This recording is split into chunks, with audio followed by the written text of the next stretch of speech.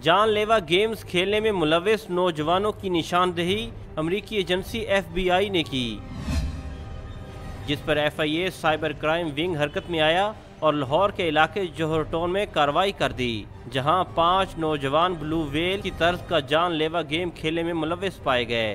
नौजवान एक दूसरे पर जिम्मेदारी डालते हुए इसे महज शुगल करार देते रहे।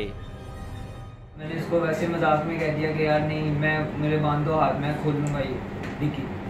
तो वो उस फन में मैंने उसको कहा तो इसने वो वीडियो बना ली और वो बाई मिस्टेक इसने अपलोड कर दी स्नैपचैट पे, तो वो थोड़ी वायरल हो गई। तो उस पर थोड़ा सा इशू, इसने ना मुझे चैलेंज किया था कि मैं ना मुझे ना क्या कहते हैं मेरे हाथ बांध के मुझे ना गाड़ी की डिग्गी में बंद कर देना और मैं ना 1 मिनट में गाड़ी से बाहर आता। FIA ने नौजवानों के अहल खाना को आगाह किया कि इस गेम में खुदकुशी समेत दीगर खतरनाक टास्क दिए जाते हैं। FIA के तफ्तीशकारों ने तालिब इल्मों के बयानात रिकॉर्ड किए और तंबीह के बाद उन्हें घर वापसी की इजाज़त दे दी। कैमरामैन ज़िशान हैदर के साथ आरिफ मलिक, डॉन न्यूज़, लाहौर।